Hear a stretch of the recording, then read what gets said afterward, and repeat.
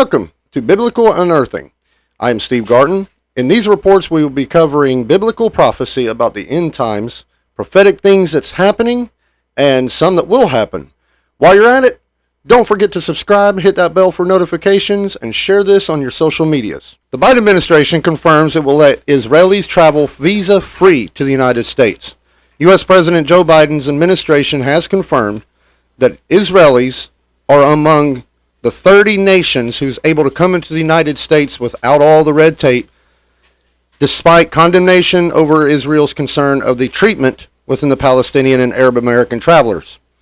The program is called Visa Waiver Program, or VWP, and it starts on November 30th that they are able to come. They state that the destination of Israel with the VWP is an important recognition of the security that is shared of interest. The designation of which they do for the decade of work and coordination between the United States and Israel allies.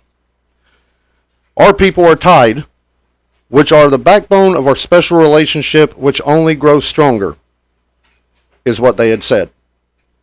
CBS News, you know, the one that always likes to fabricate some things and disclaim the existence of God in a lot of their reports, had stated, yes, the world is going to end, but not how you think. They claim that climate control is not the only reason that's going to destroy the planet. That there's a meteor named, wait for it, Wormwood. And when a preacher was telling them about the book of Revelation, they stated, well, I've never heard that, and I went to Sunday school and raised in Catholic school. But they named it Wormwood. And they claim that by 2142, it will hit the earth. So, if you're able to be a couple hundred years old, then you might see it, but we're not going to see that in our lifetime. On October 4th, the United States Emergency Alert System will be setting off alerts on your phone, radio, tablets, TV, everything. They said unless some big weather event comes, it'll be October 11th. But at 2:20 p.m. October 4th, everything you own that's electronic that can receive these will happen. They used to be called, if you look in your phone, presidential alerts. Well, now it's not presidential alerts. It is just called the alert system or alert emergency system. They state that, and all these conspiracy folks come out. From sending off radiation signals to make you turn into zombies, to frequencies that if you got the, you're going to go out of your mind. However, a special guy, and I mean special as in he's way up there when he was working with the federal government, had stated if the American people were to be under attack by the American government, they would give a date and a time. They're not afraid to tell you what they're doing, but never will give an alternative date. That because of this, you can rest assured, and he quotes, you do not have to turn your TV off or your phone, put it in a microwave or some aluminum foil wrap. This is only a test. Nothing's going to happen. Our tests have been long overdue, and this is for testing our systems against weather and possible rise of threats within nuclear war or attack. Now, what I find funny is Putin, on October 3rd, is staging a nationwide exercise simulation nuclear attack from the West, the United States. Russia will stage its first ever nationwide nuclear attack exercise across 11 time zones in preparation of a potential nuclear war, where they will force martial law during this time. It is scheduled to take place October 3rd, and we will see Vladimir Putin's regime present the West as a nuclear aggressor. The one-day nuclear attack exercise, which has only gone to region, will include a preparation of destruction with up to 70% of Russian housing stock and life support facilities. It will assume the scenario of martial law, since they have to shut things down as if it was happening. Now, what I find odd is October 3rd, Russia's going to do the simulation, and October 4th, the U.S. is putting out an emergency alert system. I feel that both countries are running tests. getting ready for attacks. We have Putin threatening, Biden just going to sleep. And we know things are amping up and rising up, and there's tensions rising. It's a matter of time before the U.S. and Russia does go to head-and-head, but do I think that this is going to be something to worry about? No. The fourth test is only going to be that, a test. However, with them doing it side by side, I believe they're running some tests to make sure things are going smooth. North Korea slams the UN nuclear agency as U.S. mouthpiece. North Korea on Monday denounced the UN atomic watchdog for joining the United States-led pressure campaign of cooking up a resolution of their nuclear programs, calling it a paid trumpeter for Washington. An unnamed spokesman of Pyongyang's Ministry of Nuclear Power Industry released a statement criticizing the resolution adopted on Friday at the International Atomic Energy Agency, or IAEA, General Conference that calls with the North to curb its nuclear programs. That's kind of funny how we're being blamed for a simulation, and then North Korea is blaming us for helping other countries, which, to each their own opinion. Israeli movement to see the third temple built in Jerusalem.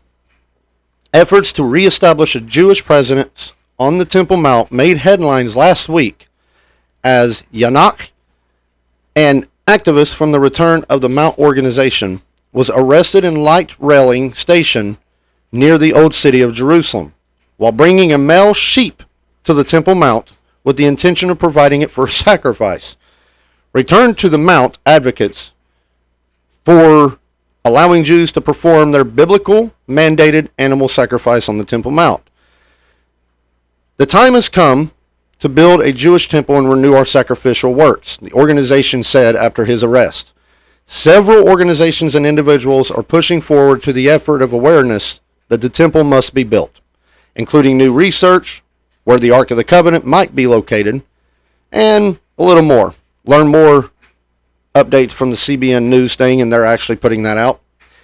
Now, the significance within the third temple is that we know that this has to be built before Antichrist comes. What's funny, and a lot of people ask me, well, if there's Jesus and he laid down his life, why are they still doing sacrifices? Because the religious Jews don't believe Jesus is Messiah. They believe that they have to do their sacrifices. They'll find out real quick. This was actually mentioned. Magal warning, Tehran can make nuclear bombs in less than 2 weeks. Iran has the infrastructure in place and knows how to make nuclear weapons and can do it within 2 weeks, according to the U.S. Department of Defense 2023 Strategy of Countering Weapons of Mass Destruction report. That's too long of a name for a report. It is assessed that Iran is not pursuing a nuclear weapons program at this time, but has the capability to produce enough material for a nuclear device within 2 weeks. I call hogwash. I believe they're making it. The report says, underlining the Washington strategic approach of the countering of the weapons of mass destruction, quote, further, the United States assesses Iran to a non-compliant means with its CWC or Chemical Weapon Convention obligations. For example, Iran has not submitted a complete chemical weapons production facility declaration to comply to what we demand. The United States is also concerned that Iran is pursuing a dual-use central nervous system acting chemical for offensive purposes. Last month, Iran barred International Atomic Energy Agency inspectors from seeing what was going on in their nuclear activity. They stated, I strongly condemn this unprecedented and uncooperative measure. The director, Grossi, said, with today's decision, Iran has effectively removed about 1/3 of the core group of the agency's most experienced inspectors designated for Iran. Tehran's move came in response with a warning issued by the United States, Britain, France, and Germany, the E3, at the IAEA's Board of Governors. The three countries warn that the board will take further action if the Islamic Republic doesn't comply in the previous demands. They will take action. Today the world is seeing, and I will certainly emphasize this, Iran is violating all of its commitments. That is, lies. And it intends both to develop nuclear weapons and continue aggressive measures within the region.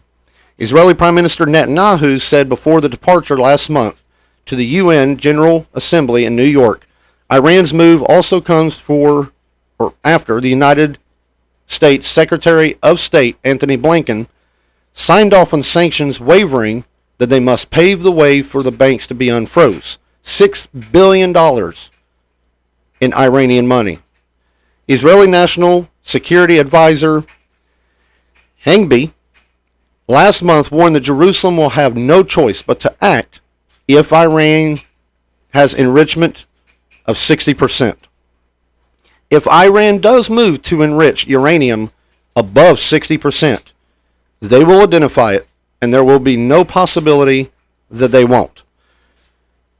The world would not recognize it, but in result of Israel, it will act. There would be no choice.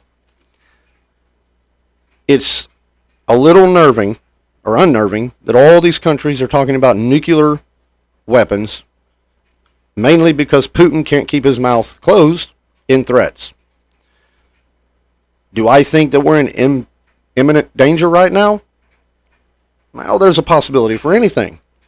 However, I highly doubt that we're going to resort to that measure yet. It will come eventually. We will have war with Russia. The Bible spells it out in Ezekiel 38:39, the Gog-Magog war. But it's not here yet. Things are amping up to that point. But we're not quite at that measure of action. But it is alarming that all these countries are testing facilities and emergency alert systems.